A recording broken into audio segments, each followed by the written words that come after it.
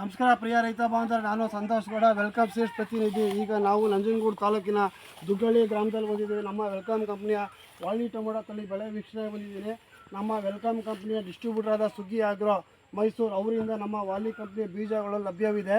ನೋಡಿ, ನಮ್ಮ Gandhi Madeshwara high tech nursery ಅವರಿಂದ ಪೈರು ತಂದು ಹಾಗೆ ಟೊಮೊಟೊ ದುಗ್ಗಳ್ಳಿಯಲ್ಲಿ ಬೆಳೆದಿದ್ದಾರೆ ಅಂತ ನೋಡಿ.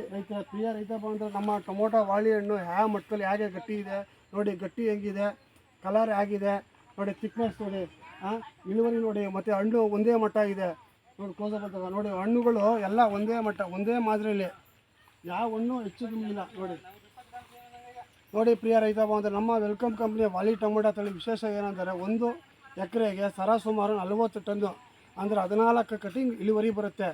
ಮತ್ತು ಹಣ್ಣು ತುಂಬ ಶೈನಿಂಗ್ ಇದೆ, ಕಲರ್ ಇದೆ, ಥಿಕ್ನೆಸ್ ಇದೆ, ಮತ್ತು ದೂರ ಸಾಕಣೆ ತುಂಬ ಸೂಕ್ತವಾಗಿದೆ.